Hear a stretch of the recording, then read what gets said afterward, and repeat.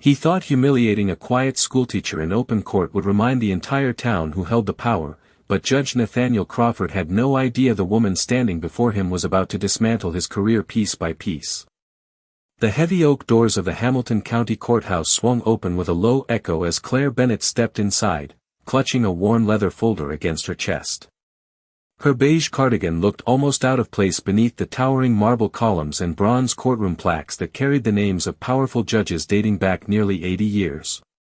Around her, attorneys in expensive navy suits moved quickly through the hallways, their polished shoes clicking sharply against the stone floors while deputies exchanged quiet conversations near the security checkpoint. Claire kept her eyes forward. At 38 years old, she had long ago learned how invisible simple women became in places built for authority. Miss Bennett, a bailiff called with thinly disguised amusement as he glanced at her paperwork, courtroom 3. Judge Crawford is expecting you. The way he said expecting sent a cold ripple through her stomach. She thanked him softly and continued down the corridor, passing framed photographs of judges shaking hands with senators, governors, and wealthy donors. Nathaniel Crawford's portrait hung at the center of the display, his silver hair perfectly combed, his confident smile carrying the kind of arrogance that came from decades without consequences. 3 weeks earlier, Claire had embarrassed him publicly during a town council meeting after calmly exposing legal inconsistencies in his proposal to redirect public education funds toward a luxury commercial development downtown. Most people in the room had stayed silent. Claire had not. She remembered the way Crawford's expression hardened when she cited state statutes from memory while reporters scribbled notes nearby. She had seen powerful men become angry before, but the look in Crawford's eyes that night had been something colder. Personal. As Claire entered courtroom 3, conversations immediately quieted.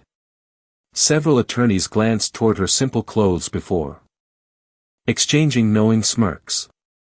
The courtroom itself felt intimidating by design. Dark mahogany walls stretched upward toward tall windows where gray morning light spilled across rows of benches.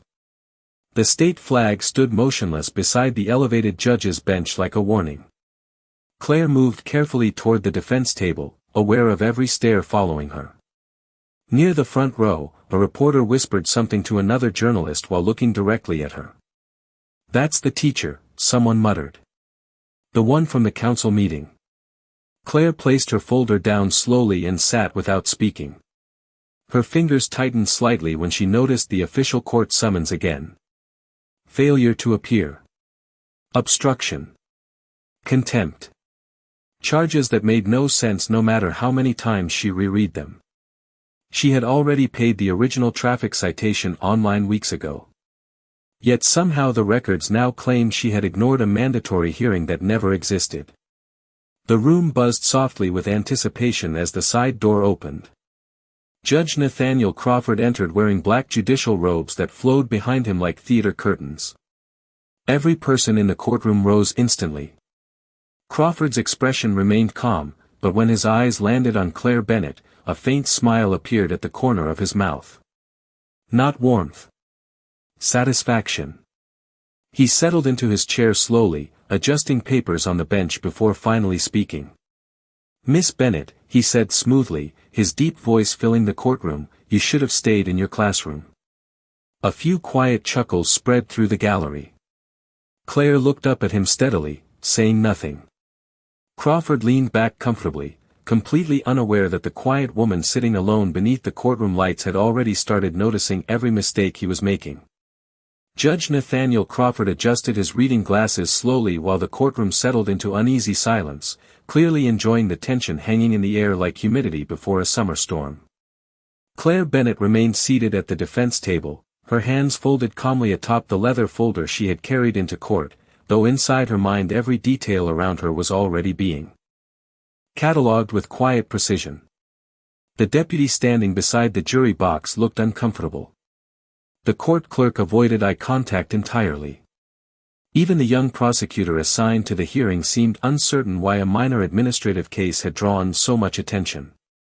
Crawford flipped through the case file deliberately, allowing the sound of paper sliding across wood to echo through the room. "Miss Bennett," he began smoothly, according to these records, you failed to appear for a scheduled traffic hearing on April 14 and subsequently ignored multiple notices from this court. Claire blinked once. Her voice remained soft when she answered. There was no hearing scheduled, Your Honor.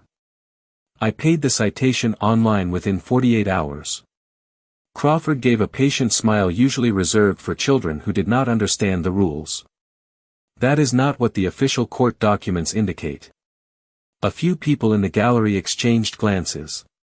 Claire noticed the reporter from earlier quietly opening her notebook again. Crawford leaned forward slightly.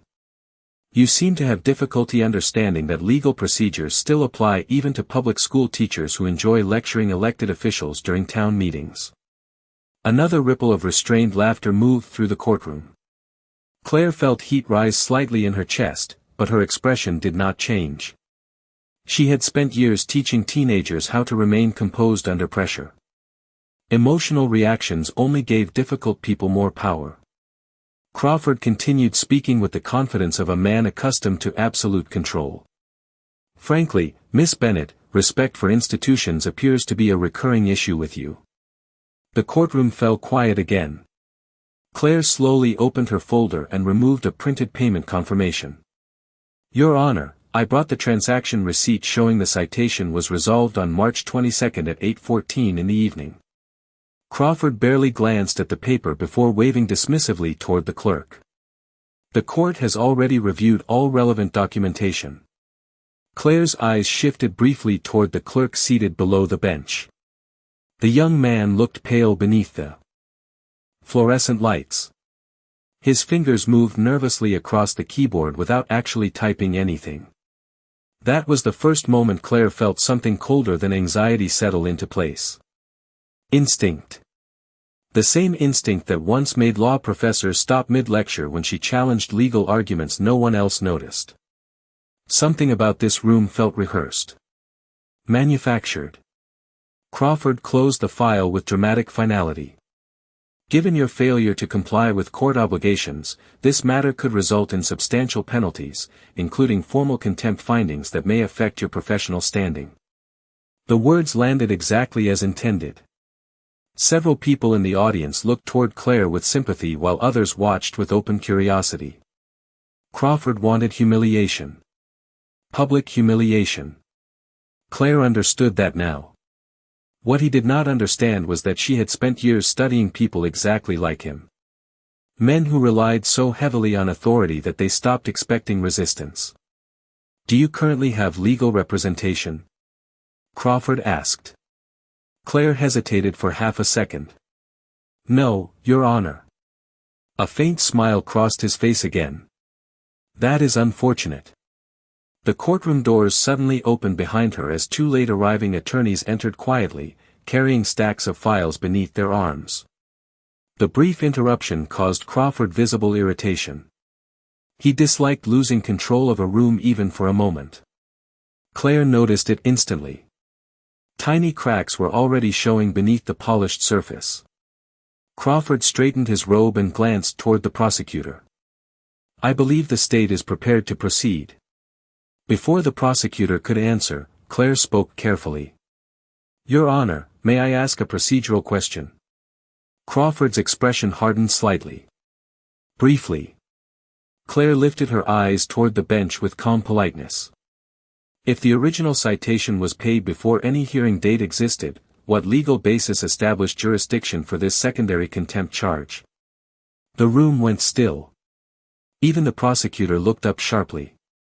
Crawford's jaw tightened almost invisibly before he recovered. Miss Bennett, he said slowly, this courtroom is not one of your literature discussions. Claire held his gaze quietly. No, Your Honor, she replied. It is supposed to be governed by procedure. Somewhere near the back row, someone shifted uncomfortably as the silence deepened across the courtroom. For the first time that morning, the confidence in Judge Nathaniel Crawford's face flickered. It lasted less than a second, but Claire Bennett saw it clearly. Men like Crawford spent so many years controlling conversations that even a simple procedural question felt like defiance. The silence hanging across the courtroom no longer felt entertaining. It felt dangerous. Crawford slowly removed his glasses and folded them carefully on the bench, a gesture so deliberate it almost seemed rehearsed. "Miss Bennet," he said with measured patience, "you appear to have developed an exaggerated understanding of your own legal knowledge." Claire remained still at the defense table. "I only asked how jurisdiction was established, Your Honor." The prosecutor shifted uneasily beside his stack of files. He looked down at the documents in front of him as though hoping not to be noticed. Crawford's gaze hardened. "The court does not answer to defendants regarding internal procedural matters." Claire's eyes narrowed slightly. That answer alone told her more than he realized. Legitimate judges explained procedure confidently because the law protected them when they followed it correctly. Avoidance usually meant vulnerability. Crawford leaned back in his chair again, reclaiming the posture of authority. "Frankly, Miss Bennet, I suspect your involvement in recent political commentary has caused you to confuse activism with expertise." A few people near the gallery gave nervous smiles, uncertain whether they were expected to laugh again. Claire noticed the reporter writing faster now. Crawford noticed it too. His irritation deepened. "This hearing concerns your conduct," he continued sharply, "not mine." Claire glanced toward the digital monitor mounted beside the clerk's desk. Case numbers scrolled quietly across the screen. Hearing schedules. Filing timestamps. Procedural updates. Most people never paid attention to those details. Claire always did. Back at Yale Law, one of her professors had once told the class that corruption rarely hid inside dramatic moments. It hid inside tiny administrative changes no one bothered to question. Her attention shifted toward the court clerk again. The young man looked increasingly pale. Sweat gathered near his collar despite the cold courtroom air conditioning. His hands hovered uncertainly above the keyboard every time Crawford spoke. Fear. Claire recognized it immediately. Crawford suddenly cleared his throat. "The court is prepared to move forward with contempt considerations unless you intend to formally admit responsibility for your failure to comply." Claire looked directly at him now. "Respectfully, Your Honor, I still have not seen evidence establishing the original hearing date." The room became completely silent again. Even the ceiling ventilation seemed louder. Crawford's expression froze. "You are dangerously close to escalating this matter." Claire spoke gently. "By requesting documentation." One of the attorneys in the back row quietly lowered his pen. Another exchanged a glance with his colleague. Crawford could feel the room shifting, and he hated it. Authority depended on perception. The moment people sensed uncertainty, control started slipping away. He reached for the file again, flipping through pages faster this time. Claire watched carefully. Too fast. He was looking for something specific. Or realizing something was missing. "Your Honor," the prosecutor finally interrupted cautiously, "perhaps we should allow the defense access to the scheduling records before proceeding further." Crawford turned slowly toward him with an expression so cold the younger man immediately regretted speaking. "The court does not require guidance on basic procedure, Mr. Daniels." The prosecutor lowered his eyes instantly. Claire said nothing, but internally another piece clicked into place. Crawford was not simply trying to intimidate her anymore. He was protecting something. She looked once more toward the clerk, whose trembling fingers now rested near the mouse beside the scheduling system. And in that quiet moment, Claire Bennet realized the courtroom was no longer merely a trap designed for humiliation. It was a room full of people desperately hoping no one uncovered the truth. Judge Nathaniel Crawford understood something most people never did about courtrooms. Fear could silence intelligent people faster than ignorance ever could. That was why he had spent 23 years building an atmosphere where nobody questioned him for long. But as he looked down at Claire Bennet sitting calmly beneath the courtroom lights, he began to feel an unfamiliar irritation creeping beneath his polished composure. She was not reacting correctly. Most defendants became emotional. Defensive. Embarrassed. Claire simply kept observing. The quietness unsettled him more than anger would have. Crawford adjusted the microphone near his bench and forced authority back into his voice. "Miss Bennet, this court is not interested in philosophical debates regarding procedure." Claire answered evenly. "Procedure is what separates law from personal power, Your Honor." The sentence landed harder than anyone expected. A faint hush swept across the gallery. Even the reporter stopped writing for a moment.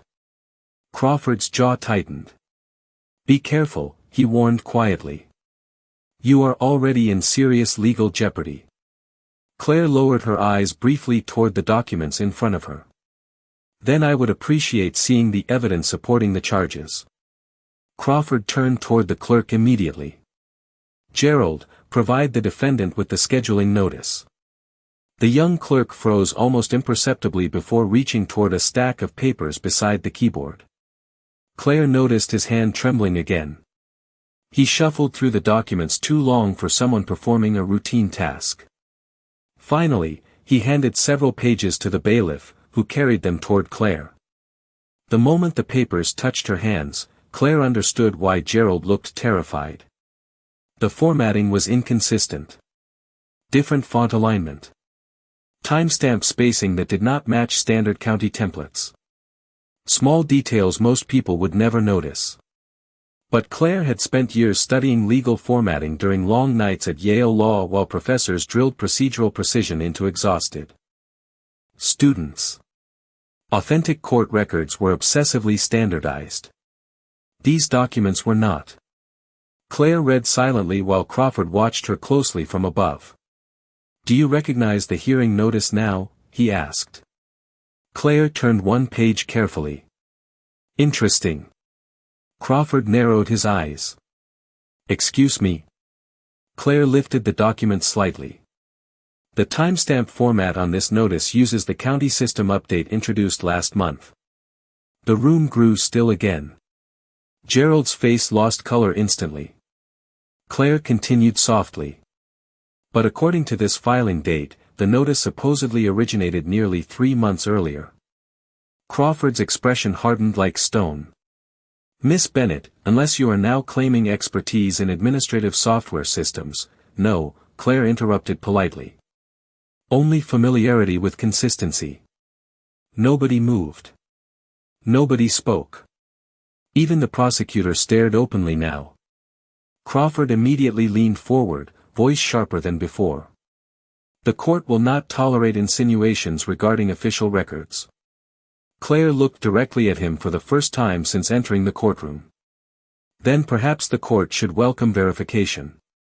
Crawford slammed the file shut harder than intended. The sound echoed through the mahogany chamber. Several people flinched.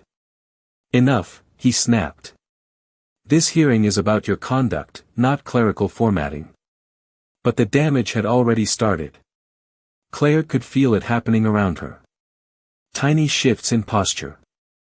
Attorneys exchanging uncertain glances. The gallery no longer viewed her as a helpless schoolteacher trapped beneath judicial authority. They were beginning to wonder why a county judge seemed desperate to avoid basic scrutiny. Crawford sensed it too. Fear flickered behind his controlled expression for the briefest second before anger buried it again. "You seem remarkably prepared for someone claiming innocence," he said coldly. Claire folded the papers carefully back into her folder. "I was a teacher long before today, Your Honor." Crawford gave a humorless smile. "Meaning?" Claire's voice remained calm. "I learned years ago that people who bully others usually become uncomfortable when asked simple questions." Somewhere near the back row, someone quietly cleared their throat to hide a laugh. Crawford's face darkened immediately. The humiliation he planned for Claire was starting to reverse itself inch by inch, and he could feel control slipping through his fingers like sand. He glanced sharply toward Gerald, whose hands now hovered nervously over the keyboard as though terrified the monitor itself might betray him. Claire noticed that too. And in that moment, she became certain of something important. Nathaniel Crawford was not merely abusing his authority. He was covering evidence. The realization settled over her slowly and completely.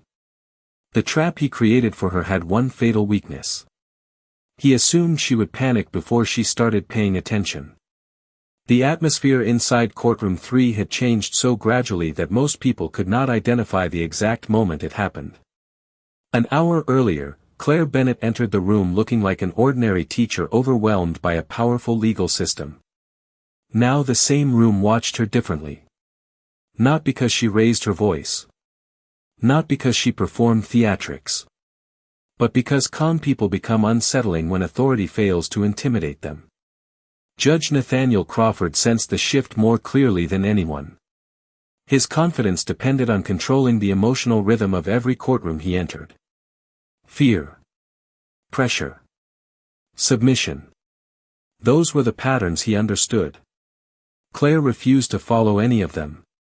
Crawford straightened the papers before him again, though his movements no longer looked effortless. The defendant appears determined to waste this court's time with irrelevant observations, he announced sharply. Claire remained seated. Verifying records is not irrelevant, Your Honor. Crawford ignored her and turned toward the prosecutor. Mr. Daniels, proceed. The young prosecutor cleared his throat awkwardly before standing.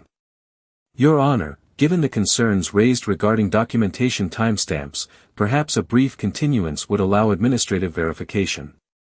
Crawford's eyes snapped toward him instantly. Denied. The answer came too fast. Too emotional.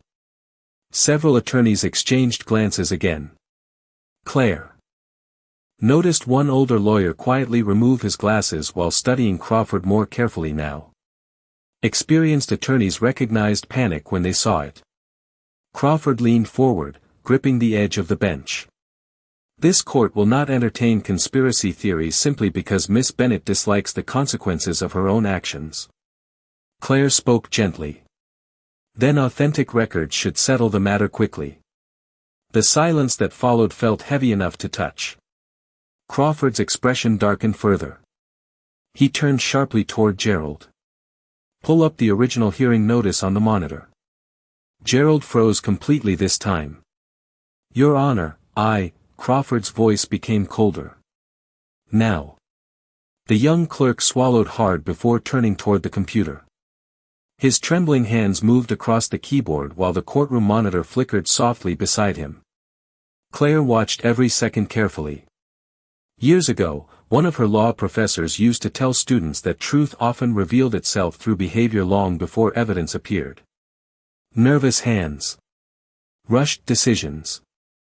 Overreaction. Crawford had displayed all three. The monitor loaded slowly. A digital court filing finally appeared on screen with the alleged hearing notice attached beneath Claire's case number. Crawford relaxed slightly, believing the visual display restored his authority. There, he said firmly. Official documentation. But Claire's eyes narrowed immediately. Something was wrong again. Not with the notice itself this time. With the metadata line at the bottom corner of the screen. Tiny gray text most people in the courtroom would never bother reading. Crawford noticed her studying it and immediately spoke over the silence. I trust that concludes your concerns. Claire looked up calmly. Actually, no. Irritation flashed across his face. On what grounds? Claire stood slowly for the first time since entering the courtroom. The movement alone shifted attention across the room. Because the system log shows the document was modified 48 hours ago. Absolute silence. Gerald stopped breathing for a moment. The prosecutor stared openly at the monitor. Even the bailiff looked confused now. Crawford's face lost all color before anger flooded back into it. Sit down immediately, he snapped. Claire did not move. Court records are not supposed to be edited after filing without amendment documentation. Crawford slammed his hand against the bench. Enough. His voice echoed violently through the chamber, but nobody flinched this time. The emotional balance had already broken. Claire's calmness made Crawford's anger look dangerous instead of authoritative. She spoke carefully, every word measured. Who modified the file, Your Honor? Crawford pointed toward her sharply. You are in no position to interrogate this court. Claire finally glanced toward Gerald again. The young clerk looked moments away from collapse. Fear covered his face completely now. And Claire understood exactly why. Because frightened people rarely fear innocent mistakes. They fear exposure. Crawford rose partially from his chair, robes shifting heavily around him. This hearing is adjourned pending further review. But before he could strike the gavel, Claire asked one final question that froze the entire courtroom in place. If the records were legitimate, she said quietly, why did someone need to change them 2 days ago? The question hung over the courtroom like thunder before a storm. Nobody moved. Nobody even seemed willing to breathe too loudly. Claire Bennett stood quietly beside the defense table while Judge Nathaniel Crawford stared down at her with an expression balanced somewhere between fury and disbelief. He had spent years humiliating people into silence, but silence felt very different when it turned against him. Crawford's hand remained frozen above the gavel for several long seconds before he finally lowered it slowly back onto the bench. This proceeding is suspended, he said tightly. All parties will reconvene after administrative review. Claire spoke before he could stand. Your Honor, for transparency purposes, I formally request preservation of all system access logs related to my case file. Another dangerous sentence. Another reminder that she understood exactly where to look. Crawford's eyes narrowed immediately. You do not dictate court procedure. Claire answered calmly. No. But destroyed records tend to attract attention during judicial investigations. A quiet murmur spread through the gallery. The word investigations changed everything. Crawford realized it instantly. The atmosphere no longer resembled an ordinary hearing. It now felt like witnesses watching the beginning of a scandal. He turned sharply toward Gerald. Clear the courtroom. The young clerk looked as though he wanted to disappear entirely. Yes, Your Honor. Deputies began guiding people toward the exits, but nobody left quickly. Reporters whispered urgently while attorneys lingered near the back rows pretending to organize paperwork. Claire gathered her folder slowly, refusing to rush simply because Crawford wanted control restored. As she turned toward the aisle, Crawford's voice stopped her. Miss Bennett. She looked back. The courtroom had mostly emptied now, leaving only the judge, Gerald, the prosecutor, and 2 deputies near the doors. Crawford removed his glasses again, studying her carefully. You are making a serious mistake. Claire tilted her head slightly. By asking questions. Crawford's voice lowered. By forcing this further than necessary. There it was. Not confidence. Not authority. A warning wrapped in desperation. Claire had seen powerful men use that tone before when they realized intimidation was failing. She stepped closer to the bench, her shoes echoing softly across the marble floor. You brought me here to humiliate me, she said quietly. The problem is that you assumed I would not understand what you were doing. Crawford's jaw tightened. You think one inconsistency proves corruption? Claire looked toward the courtroom monitor still glowing faintly beside Gerald's desk. No, she answered. But panic usually does. Gerald lowered his eyes instantly. Crawford noticed it too. Rage flickered across his face before disappearing beneath forced composure. You have no idea how this system works. Claire almost smiled. Actually, I do. For the first time since the hearing began, uncertainty visibly crossed Crawford's face. Claire opened her folder carefully and removed a worn business card from between the papers. The edges were faded from age. Yale Law Review. Claire Bennett. Senior Editorial Fellow. Crawford stared at the card silently. The room itself seemed to shrink around him. Claire's voice remained soft. I graduated second in my class 15 years ago. Gerald looked up in shock. Even the prosecutor blinked in disbelief. Crawford slowly leaned back into his chair as realization settled across his expression piece by piece. The quiet literature teacher he chose as an easy target had spent years studying procedural law at one of the most respected institutions in the country. Claire placed the card gently onto the bench. "You should have checked my background more carefully before altering court records." The room went completely silent again. Crawford's confidence finally cracked in full view. Not dramatically. Not loudly. But in the subtle collapse of a man realizing he no longer controlled the narrative. Claire gathered the rest of her papers and turned toward the exit. Behind her, Crawford spoke one final time. "If you walk out that door, this becomes war." Claire paused beneath the tall courtroom doors without turning around. "No, Your Honor," she replied calmly. "War started the moment you decided the law belonged to you instead of the people it was meant to protect." Then she walked out of the courtroom while absolute silence followed behind her like a verdict already waiting to be spoken. By sunset, the entire town had started talking about what happened inside courtroom 3. Hamilton County was the kind of place where rumors traveled faster than weather reports, especially when they involved powerful men losing control in public. Claire Bennett felt the weight of those whispers the moment she walked into Westridge High the following morning. Conversation stopped when she passed through the faculty hallway. Teachers glanced up from coffee cups before quickly pretending to focus on paperwork. Even students seemed quieter around her. News had spread far beyond the courthouse walls. Claire unlocked her classroom door slowly and stepped inside the familiar room filled with shelves of novels, faded Shakespeare posters, and stacks of essays waiting to be graded. The normalcy felt almost surreal after the tension of the courtroom. For a brief moment, she allowed herself to breathe. But peace did not last long. A knock sounded against the classroom door before first period began. Principal Howard Stevens stood outside holding a folder against his chest. His expression looked strained.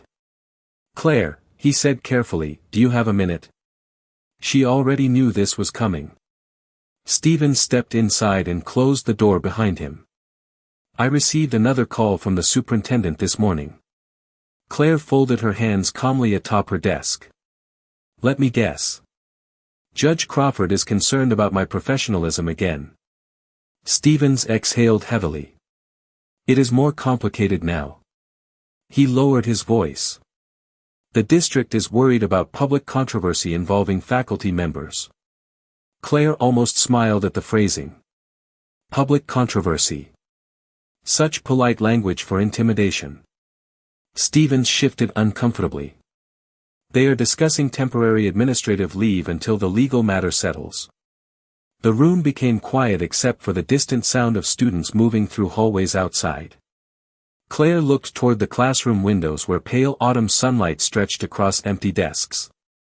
15 years earlier, she had walked away from a prestigious legal future because she believed teaching mattered more than status. Now the same system she once rejected was reaching into the life she built afterward. Stevens softened his voice. "Personally, I think this whole thing feels wrong." Claire nodded slightly. "Because it is wrong." He hesitated before asking the question clearly weighing on him. "Claire, who exactly are you?" She looked at him for several seconds before answering. "Someone who made a powerful man uncomfortable." Stevens let out a nervous laugh despite himself. Then his expression grew serious again. "Be careful. Crawford has connections everywhere." Claire thought back to the courtroom. The panic in Gerald's face. The rushed decisions. The altered records. Crawford was not acting like a man protected by truth. He was acting like someone trying desperately to contain damage before it spread. Powerful people usually become reckless when they realize fear is no longer working, she said quietly. Stephen stared at her for a moment as though realizing he had never truly known the woman teaching literature down the hall all these years. Before he could respond, another knock interrupted them. Both turned toward the doorway.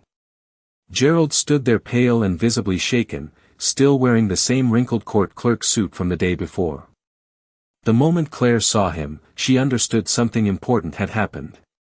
Stevens frowned. "Can I help you?" Gerald swallowed hard. "I need to speak with Miss Bennet."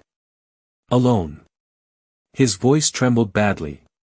Stevens looked uncertain, but Claire nodded calmly.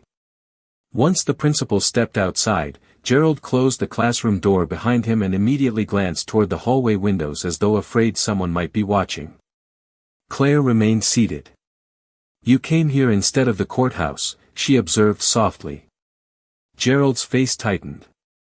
"Because if Judge Crawford finds out I am talking to you," he stopped himself mid-sentence. Claire studied him carefully. Fear like his rarely appeared overnight. It built slowly from guilt and pressure until silence became unbearable. Gerald reached into his briefcase with shaking hands and pulled out a small flash drive. "The logs were changed again last night," he whispered. Claire's eyes narrowed slightly. Gerald looked like a man standing at the edge of a cliff. "Miss Bennet," he said quietly, "I think the judge is going to destroy everything." Claire Bennet stared silently at the flash drive resting in Gerald's trembling hand while afternoon sunlight stretched across the empty classroom floor. Outside the windows, students moved between classes laughing and talking about ordinary teenage things, completely unaware that a county judge's career was beginning to collapse one frightened decision at a time. Gerald looked exhausted.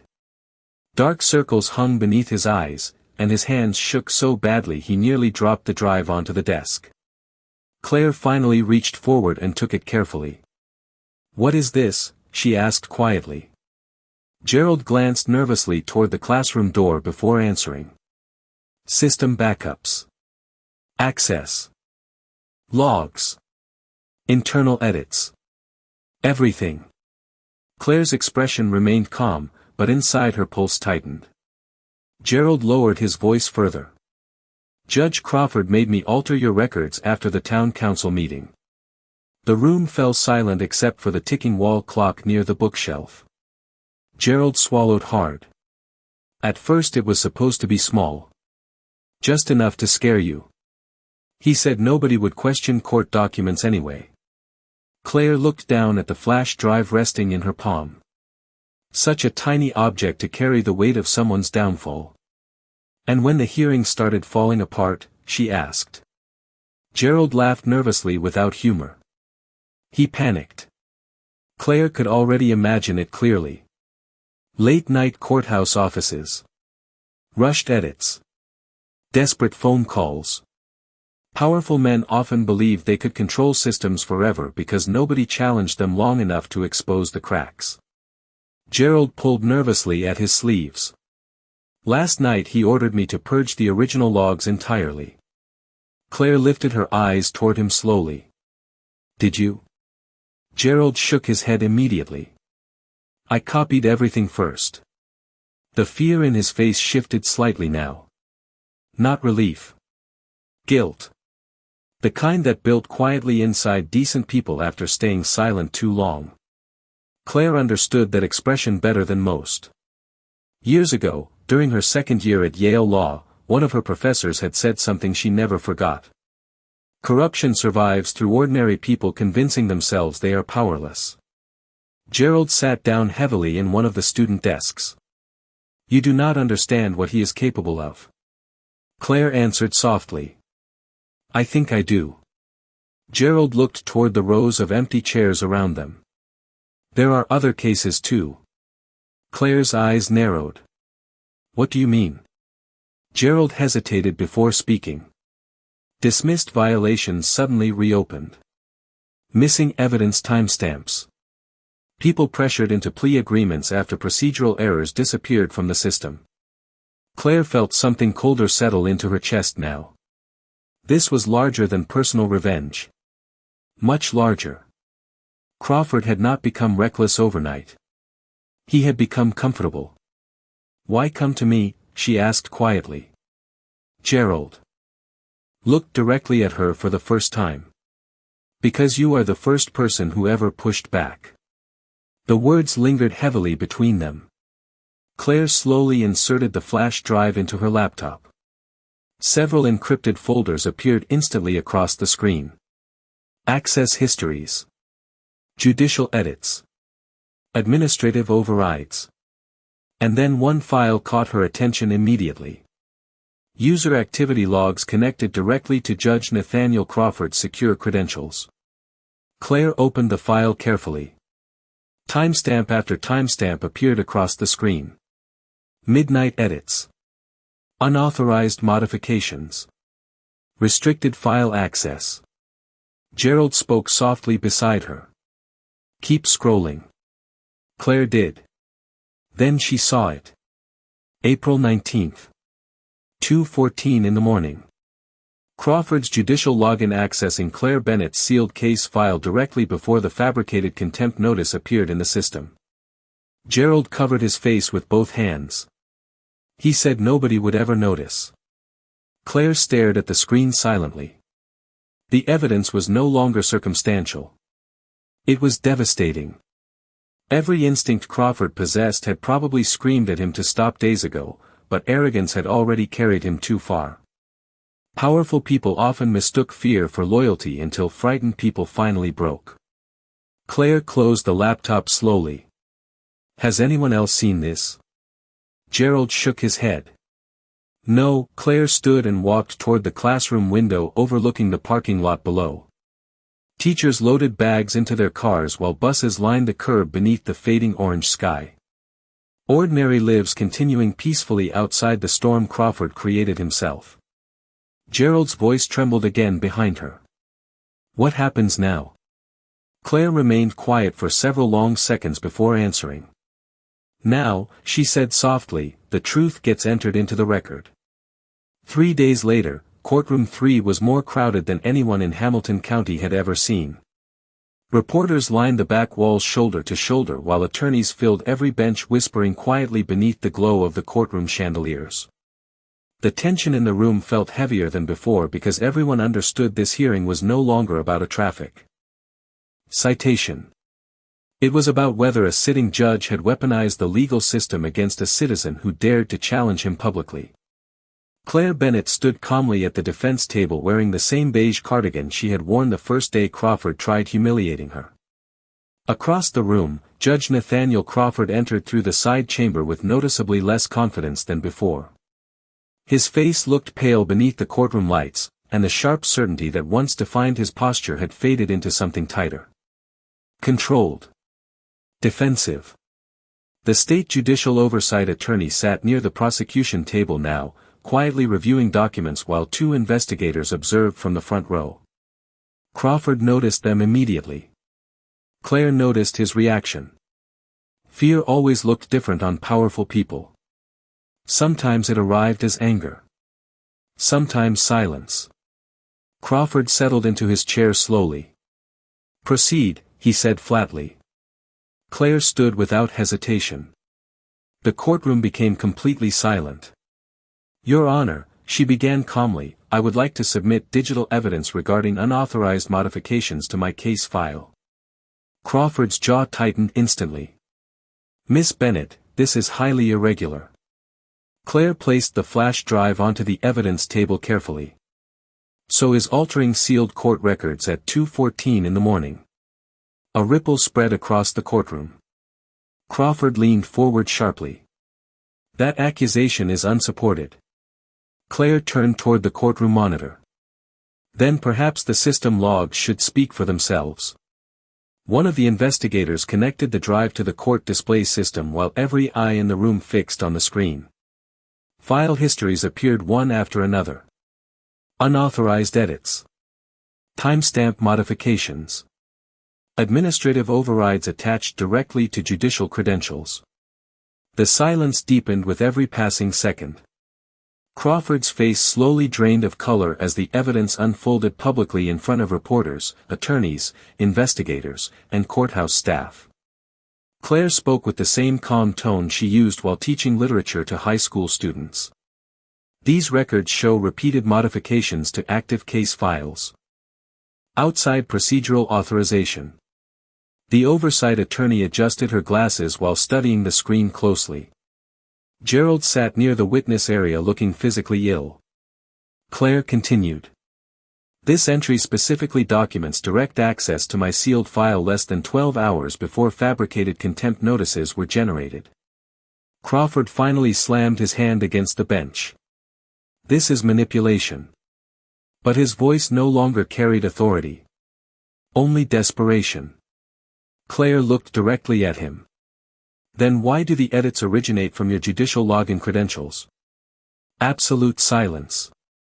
Nobody moved. Nobody whispered. Even the reporters stopped writing for a moment. Crawford opened his mouth slightly, but no words came out. For the first time in decades, he looked like a man standing alone without the protection of his title. The oversight attorney slowly rose from her seat. Judge Crawford, she said carefully, pending immediate investigation into judicial misconduct and evidence tampering, you are instructed to step down from the bench effective immediately. A quiet gasp spread through the courtroom. Crawford stared at her in disbelief. You cannot be serious. The investigator near the front row finally spoke. Sir, we are. The room remained frozen as Crawford slowly looked around the courtroom he once controlled completely. Nobody came to his defense. Not the attorneys. Not the deputies. Not even Gerald. Power built on fear always collapsed the moment fear disappeared. Claire gathered her folder quietly while investigators approached the bench. Crawford's eyes locked onto her one final time. Rage. Humiliation. Defeat. All of it visible now beneath the polished image he spent years protecting. But Claire only held his gaze calmly before turning toward the courtroom doors. The following Monday morning, she stood once again inside her literature classroom as students settled into their seats beneath warm autumn sunlight pouring through the windows. One student raised his hand carefully. Miss Bennett, he asked, why did you never tell anyone you went to Yale Law? Claire smiled softly while opening a worn copy of To Kill a Mockingbird. Because people should learn to respect others before they discover impressive titles. The classroom fell quiet. And somewhere far beyond the marble courthouse walls, Hamilton County finally remembered what true justice was supposed to look like.